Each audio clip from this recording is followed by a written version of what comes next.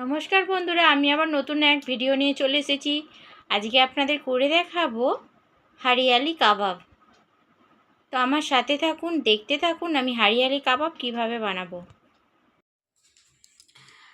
আমি এখানে পুদিনা পাতা 1 মুঠো পরিমাণে নিয়েছি, আর ধনে পাতা অল্প পরিমাণে নিয়েছি, আর কাঁচা লঙ্কা নিয়েছি 5টা। তো আমি এই পুদিনা পাতা, ধনে পাতা আর কাঁচা লঙ্কা একসাথে বেটে নেব। মাংসটা আমি ধুয়ে পরিষ্কার করে নিয়েছি। আমি বেশিরভাগ কিন্তু বোনলেস মাংস নিয়েছি। তো আমার জায়গাটা কিন্তু পাত্রের জায়গাটা আমার ছোট হয়ে গেছে। তো আমি অন্য একটা পাত্রে ঢেলে নেব মাংসগুলো।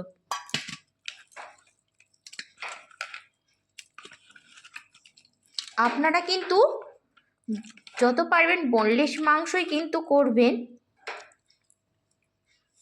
হলো না। আমি কিন্তু মাংস এখানে পরিষ্কার করে ধুয়ে নিয়েছি। বেশিরভাগ কিন্তু আমি বোনলেস মাংস নিয়েছি। হাড় হয়তো আছে, একটা কি বা দুটো হাড় আছে, হাড় মাংস।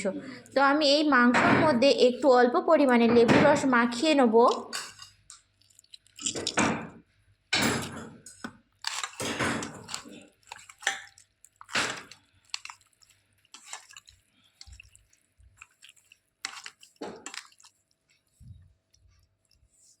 লেবু রস আমি মাখিয়ে নিলাম। তারপর আমি 2 চামচ মতো রসুন বাটা দিয়ে দেবো।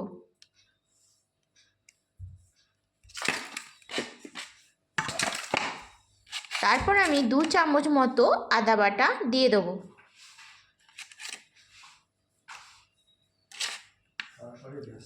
দিয়ে আমি ভালো করে মাখিয়ে নেব। আপনাদের কাছে যদি লেবুর রস নাও থাকে, আপনারা কিন্তু ভিনিগার দিয়েও মাখাতে পারেন।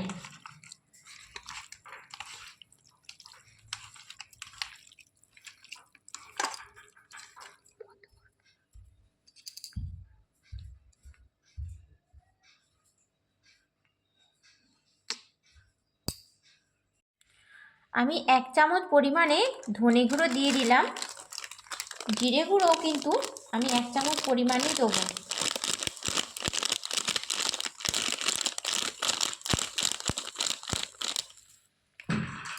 জিরে গুঁড়ো 1 চামচ পরিমাণে দিয়ে দিলাম।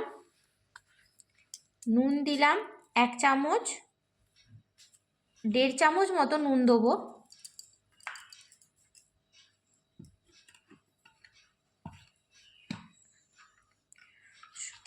সরিষার তেল দেবো 1 চামচ পরিমাণে।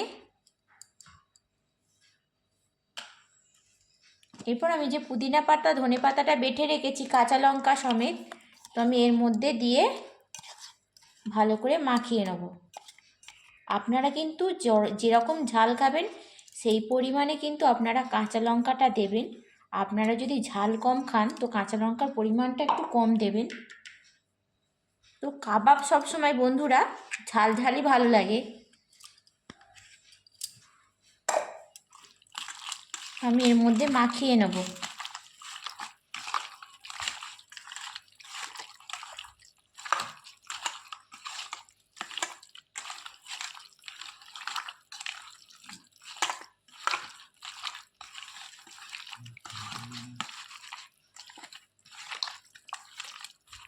ঠিক এরকম করে আপনারা মাখিয়ে নেবেন।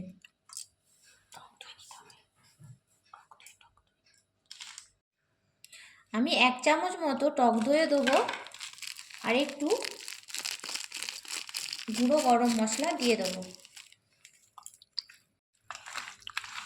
টক দই দেওয়ার পর আরও ভালো করে মাখিয়ে নিলাম।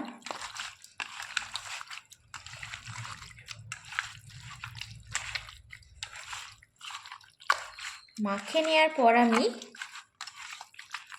6 ঘন্টা রেখে দেবো। যত বেশিক্ষণ সময় ধরে আপনারা মাংসটা রাখতে পারবেন তো খেতে তত সুস্বাদু কিন্তু হবে।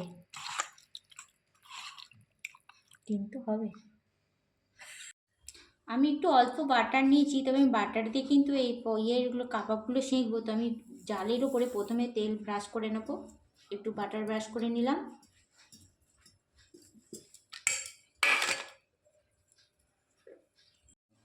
একটা একটা করে চিকেন এই জালের উপরে দিয়ে দিলাম।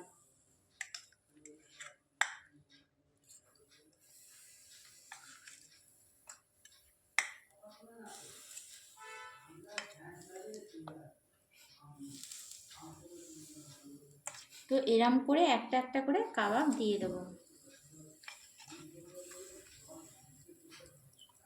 মাংসগুলো দিয়ে দেব।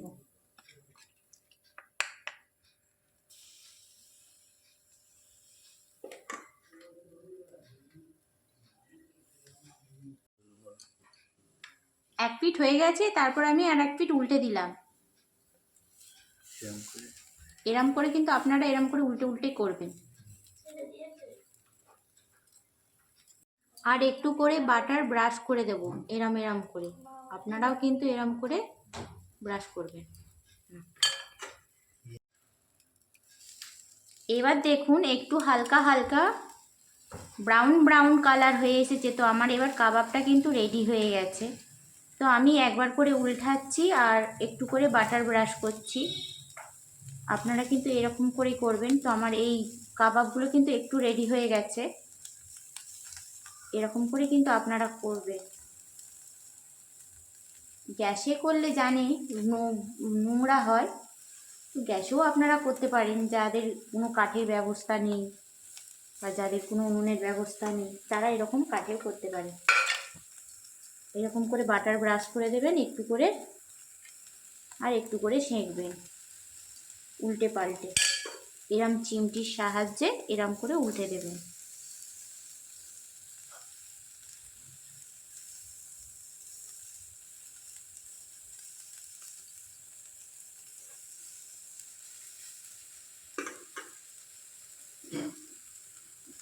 কিন্তু হারিয়ালি কাবাব কিন্তু একদম রেডি। তো আপনারা দেখতেই পাচ্ছেন আমার ধোঁয়া বেরোচ্ছে। কার এরকম হারিয়ালি কাবাব থেকে জিভে জল আসছে আমাকে কমেন্টে কিন্তু অবশ্যই জানাবেন। আর আমার চ্যানেলটা সাবস্ক্রাইব করবেন আর আমাকে বেশি বেশি করে